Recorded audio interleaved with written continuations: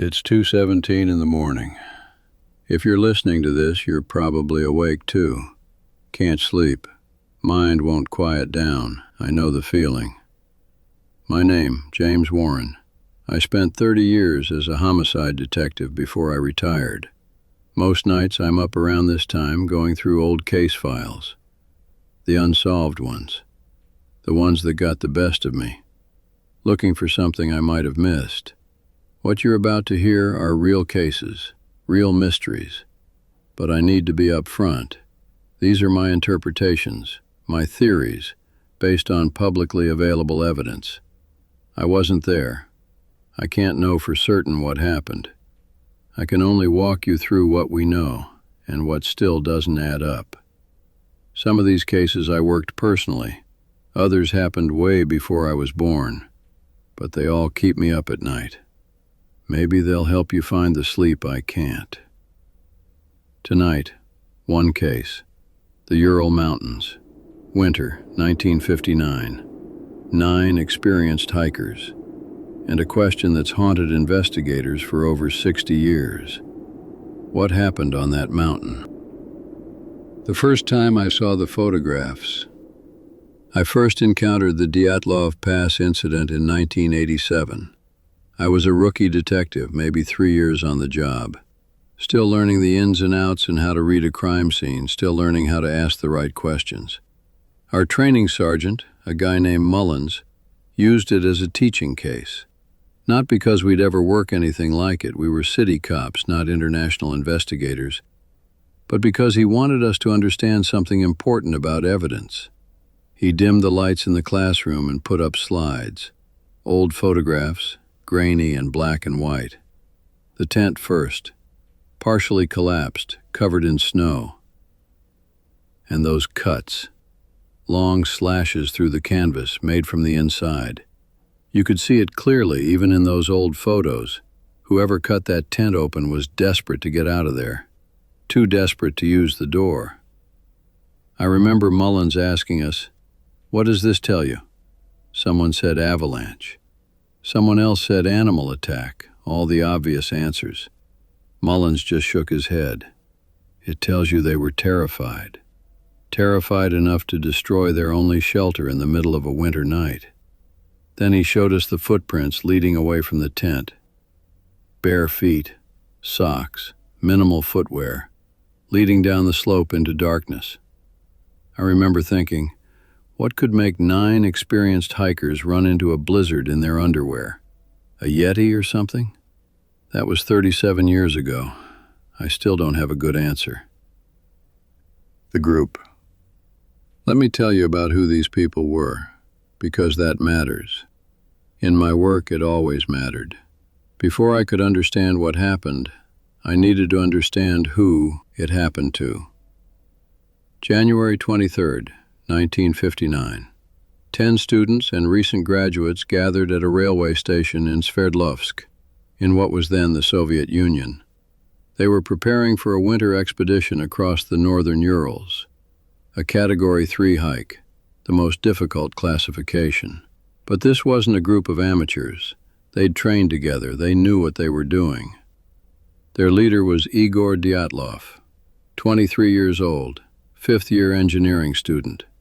When I look at the photographs of him, I see someone methodical, serious, the kind of person who checks his equipment twice, who plans for every contingency. You can see it in his face in those departure photos, focused, maybe a little excited, but prepared. There's a photo I keep coming back to. It's from the train station just before they left. Igor is adjusting someone's pack, making sure the straps are right. That small gesture tells you everything about who he was. Zinaida Kolmogorova. Everyone called her Zina. 22. Strong-willed, athletic. She kept a diary throughout the expedition. I've read those entries more times than I can count. They're so ordinary. Complaints about the cold, jokes about someone burning the porridge, small observations about the landscape. The kind of details that make me remember these were real people living real lives, not just names in a file. Rustem Slobodin, 23. The group comedian, from what I can gather. In almost every group photo, he's the one making a face at the camera, trying to get someone to laugh. I think about that sometimes. How he probably tried to keep spirits up on that last day. Maybe made a joke about the weather. Maybe got a few smiles before everything went wrong. Then there were the two Yuris, Yuri Doroshenko and Yuri Krivonishenko, both 24. The group called them by their last names to avoid confusion. Doroshenko was studying energy technology. Krivonishenko worked at a nuclear facility. That detail, the nuclear facility, would become important later. People would ask questions about radiation, about contamination, about whether he'd brought something with him from his work. I've always thought that was reaching, but I understand why investigators grabbed onto it. When nothing makes sense, you look for anything that might. Lyudmila Dubinina, 20 years old, studying economics, an accomplished dancer. There's a photo of her from a few months before the expedition. She's mid-spin, caught in motion, smiling. I think about that photo more than I should. Alexander Kolevatov, 24, quiet, thoughtful, studying physics. The kind of person who observed more than they spoke. Nikolai Thibault-Brignol, Semyon Zolotaryov, and Yuri Yudin. 10 people, 10 friends, setting out on an adventure. Yudin would leave the group after the second day. A back injury, nothing serious. He turned back and it literally saved his life. Years later, after everything that happened, Yudin spent decades trying to understand what killed his friends. He gave interviews. He proposed theories. He never stopped searching for answers.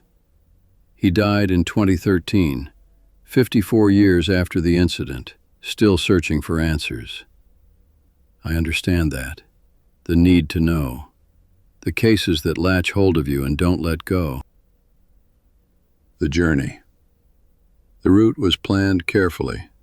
North by train, then by truck, then on foot. Their destination was Mount Otorten, about 200 miles away. The name means, "Don't go there," in the local Mansi language. I remember when I first learned that detail, I thought, of course it does. Of course the mountain has an ominous name, but that's not unusual. Remote mountains often have names like that. Warnings passed down through generations about difficult terrain, unpredictable weather, avalanche zones. The hikers knew about the name. It didn't concern them. They weren't superstitious. They were practical. And they were experienced. The first week went according to plan. They cached supplies along the way, standard practice for a long expedition, reducing pack weight as they went. They took photographs, normal hiking photos, someone pointing at a map, someone making tea, the landscape stretching out around them, white and vast. I've spent hours looking at those photographs, studying faces, looking for signs of concern, fear, premonition. There's nothing. Just people on a hike, tired sometimes, cold, but nothing unusual. On January 31st, they began ascending toward a pass. Not Otorten itself yet. They were still a day or so away. But they needed to cross this pass to reach their final destination. The mountain didn't have an official name. Local Mansi people called it Kolatsiakal, Dead Mountain. Again, ominous name, but just a name. The weather was getting worse, visibility dropping, heavy snow. In Zina's last diary entry, dated February 1st, she mentioned the conditions. Cold, difficult, but nothing they couldn't handle. This is what I keep coming back to. These were experienced winter hikers. They'd trained for this. They knew how to read weather, how to assess risk, when to turn back. So why did they make the decision they made? At some point that day, and we don't know exactly when or why, they decided to set up their tent on the slope of the mountain. Not down in the forest, which would have been safer, more sheltered. Not in a valley with wind protection.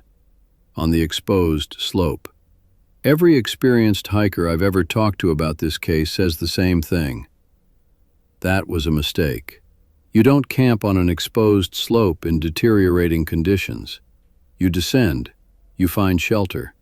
So why didn't they? Maybe they wanted to save time, maintain their elevation. Maybe they thought the weather would clear. Maybe they misjudged how bad it would get. Or maybe something else influenced their decision, something we don't know about. They pitched their tent on that slope. They prepared to spend the night. That was February 1st, 1959. None of them would be seen alive again. The search. The group had arranged to send a telegram when they got back to civilization. Expected date, February 12th. When that date came and went with no word, their families started to worry. I've worked cases where families reported loved ones missing. I know that anxiety, that growing dread when someone doesn't come home and doesn't call. At first, officials weren't concerned. Expeditions ran late all the time. Weather delays, slower progress than expected. Standard stuff. But the families kept pushing. They knew something was wrong. On February 20th, nearly 3 weeks after the hikers were last seen, a search party was finally organized. What they found 4 days later would create more questions than it answered. The tent was still standing, partially collapsed under snow, but there. And immediately the searchers saw something wrong.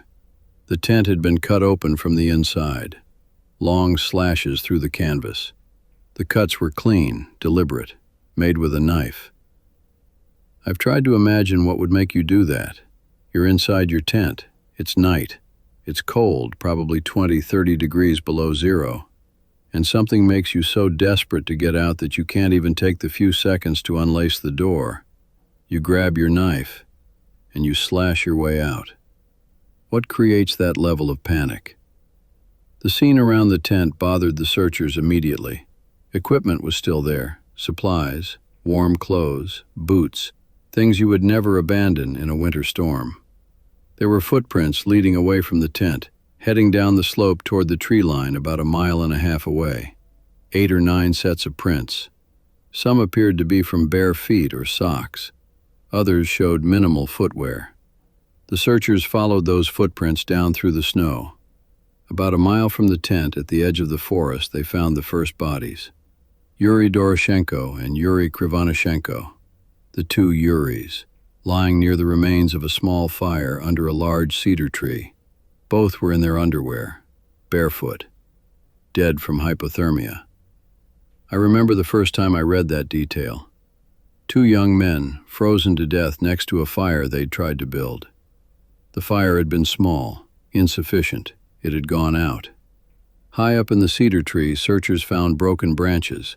Someone had climbed up there, maybe trying to see something, maybe trying to break off dry branches for the fire, maybe trying to spot the tent they'd fled from. I think about that climb, how cold they must have been, how desperate, climbing a tree in bare feet in sub-zero temperatures. That image has stayed with me. Between the cedar tree and the tent, over the next few days, searchers found 3 more bodies: Zina Kolmogorova, Rustem Slobodin, and Igor Dyatlov himself. They'd been heading back up the slope. You could see it in their positions, their direction. They were trying to return to the tent. Zina had made it about 1/2 mile from the cedar tree, Rustem a little further. Igor had gotten about 300 meters from the tent before the cold stopped him. All 3 died of hypothermia. This is what haunts me about those 3. They realized their mistake. They knew they needed to get back to shelter. They tried, but they were too cold, too exhausted. The mountain was too steep, the temperature too low. Igor Dyatlov, the leader, the one who'd planned everything so carefully, he got within sight of the tent, almost made it. Almost. 5 bodies, but the group had been 9 people. Where were the others? The search continued. Weeks passed. The snow was deep, the terrain difficult. It would be 2 more months before they found them. The ravine. In May, after the snow began to melt, searchers discovered a ravine about 75 meters from the cedar tree. It was deeper than the surrounding area. Snow had filled it in during the winter. At the bottom, under several meters of compacted snow, they found the last 4 hikers: Lyudmila Dubinina, Alexander Kolovatov, Nikolai Thibault-Brignol, Semyon Zolotaryov. These bodies were different. They were more fully dressed than the others, wearing clothes that had been taken from the first victims found by the cedar tree. Someone had made the grim but logical decision to remove clothing from the dead to help the living. That kind of survival thinking tells you they were still rational, still trying to make it through. But these 4 hadn't died from hypothermia. Their injuries were severe, massive internal trauma. Thibault-Brignol had a fractured skull. Dubinina and Zolotaryov had major chest fractures, ribs broken, internal organs damaged. The kind of injuries the medical examiner compared to a high-speed car accident. I've seen car accident victims. I know what that kind of force looks like. But here's what didn't make sense. There were no external wounds. No cuts, no bruises on the skin. Just catastrophic internal injuries. It's like they'd been crushed by something with enormous force, but whatever did it, didn't break the skin. And then there was Lyudmila Dubinina. She was missing her tongue and eyes. The official explanation was animal predation. Bodies exposed to the elements for months would be scavenged. That's normal. That's expected. And I believe that explanation. I do. But it's also the detail that stuck with people. The detail that would fuel speculation and theories for decades. 20-year-old economics student, accomplished dancer, found in a ravine, 4 months after she died, missing her tongue and eyes. Some images stay with you. The investigation. The Soviet investigation was led by a man named Lev Ivanov. He interviewed witnesses. He examined the scene. He reviewed the evidence. And then, in May 1959, he abruptly closed the case. The official conclusion: the hikers died due to a compelling natural force which they were unable to overcome. I've read a lot of case files in my career. I've seen a lot of inconclusive investigations. But that phrase, a compelling natural force, that's not an answer. That's an admission that they didn't have an answer. The case files were sealed, marked secret, not to be discussed. For decades, information about what happened on that mountain was suppressed. The area was closed to hikers for 3 years. When the Soviet Union finally collapsed and the files were released, they raised as many questions as they answered. Some details stood out. Small amounts of radioactive contamination were found on some of the clothing. Not dangerous levels. We're talking about trace amounts, but detectable. Krivonishenko had worked at a nuclear facility. Cross-contamination from his work clothes was possible, maybe even likely. But not all the clothes showed contamination, just some of them. Why only some? Beats me, I don't know. A witness, a weather observer stationed about 30 miles away, reported seeing strange lights in the sky that night, orange spheres moving across the mountains. Others in the region around that time reported similar sightings. Now, I have to be careful here. Eyewitness accounts of lights in the sky are complicated. People see things. They interpret them through their expectations, their beliefs, their fears. Sometimes it's aircraft. Sometimes it's natural phenomena. Sometimes it's something as simple as reflected light on clouds. It doesn't mean the lights weren't there. It just means we have to be very careful about what we conclude from those reports. The cuts in the tent, everyone agreed those were made from the inside. The hikers wanted out, desperately. But why? Theories. I've spent 37 years thinking about this case, reading every report I could find, every analysis, every theory, and I have some thoughts, not certainties. I'll never have those, only thoughts. In 2021, a team of scientists published a study about a specific type of delayed slab avalanche. Not a massive slide, something more localized. A collapse of accumulated snow that could hit the tent hours after they'd set up camp. This kind of avalanche wouldn't leave obvious debris. It could cause panic, force them to cut their way out, explain why they fled. And if some of them later sought shelter in that ravine, a second snow collapse could explain the crush injuries. When I first read that study, I thought, okay, finally, a rational explanation. But then I thought about Igor Dyatlov checking his equipment. About 9 experienced hikers who'd trained for winter conditions. Would they really camp on an avalanche slope? Maybe. Visibility was bad. They were tired. People make mistakes. It's possible. There's another theory, something called infrasound. Under certain wind conditions, mountains can create low-frequency sound waves. Humans can't consciously hear them, but they can cause feelings of dread, panic, disorientation. Some researchers have suggested that specific wind patterns on that mountain that night could have generated infrasound. The hikers would have felt an overwhelming need to escape. They would have acted irrationally. The panic would explain the desperate exit from the tent. It's interesting. Infrasound is real. We know it affects people. But proving it happened on that specific night? That's harder. I keep coming back to a simpler explanation. Less dramatic, more human. Hypothermia. Most people think hypothermia just makes you cold. But in its advanced stages, it affects your thinking, creates confusion, poor judgment, sometimes even a feeling of intense heat. People in late-stage hypothermia sometimes remove their clothing because they feel like they're burning up. It's called paradoxical undressing. What if it started simply? Condensation inside the tent freezing, someone getting wet, a small tear in the tent letting in wind and snow, one person starting to show signs of hypothermia, making irrational decisions that affected the group. In panic, maybe believing the tent was collapsing, maybe just confused and afraid, they cut their way out. They flee downslope because that's where the trees are. Shelter, warmth. Some of them build a fire. It's not enough. The cold is too much. Some try to return to the tent. They don't make it.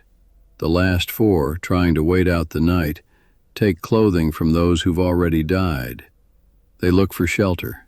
Find the ravine, huddle there, and at some point, a fall, a snow collapse, something, they sustain the injuries that kill them. It's not mysterious, it's not unexplainable.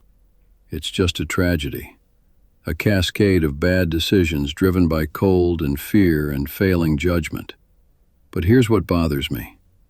These were experienced hikers. Even in panic, even with hypothermia setting in, wouldn't some survival instinct have kicked in? Why didn't anyone go back for boots, for coats? The tent was damaged but not destroyed. They could have retrieved supplies. And what about those 4 in the ravine? Those injuries? Yes, a fall could cause them. A snow collapse could cause them. But all 4? With that degree of force? The kind of force you see in car accidents? I've worked accident scenes before. I've seen what it takes to fracture ribs like that without breaking the skin. It's significant trauma. Maybe I'm overthinking it. Maybe it really was just a series of tragic mistakes. Mountains are dangerous. Winter is unforgiving. 9 people made decisions that seemed reasonable at the time and paid for them with their lives. But I've read Zena's diary. I've looked at those departure photographs. These were careful people, prepared people. Something happened on that mountain. Something that made them abandon their only shelter in the middle of a winter night. I don't know what it was. And that's what keeps bringing me back to this case, even now, even 65 years later. What I hold on to. In 2019, Russian authorities reopened the investigation. New evidence, new theories, modern forensics. Their conclusion? Avalanche. Maybe they're right. I don't know, maybe it really is that simple. But I think about Yuri Doroshenko and Yuri Krivonishenko, found by that cedar tree a lot. They'd climbed it, broken off branches. They'd built a fire, tried to survive. I think about Zina and Rustem and Igor, who made it partway back to the tent. They were trying, fighting. And I think about the last four, huddled in that ravine, wearing clothes taken from their dead friends, holding on as long as they could. They didn't give up. So why should I? Even at the end, they were trying to survive. That's what I hold on to. Not the mystery of what happened, but the fact that they fought. As investigators, we want answers. We want things to make sense. We want to close the file and move on. But sometimes, the only answer we get is that people tried their best in impossible circumstances. And it wasn't enough. The pass where they died was officially renamed Dyatlov Pass in 1959, in honor of Igor Dyatlov, their leader.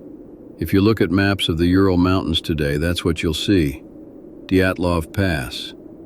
9 people went into those mountains in February 1959. None of them came back. Well, it's almost 3 in the morning now. I guess I should try to get some sleep. But who am I kidding? I probably won't. There's always another case, another file, another question without an answer. Maybe next week I'll tell you about one of them. Until then, try to rest. I'll be here if you can.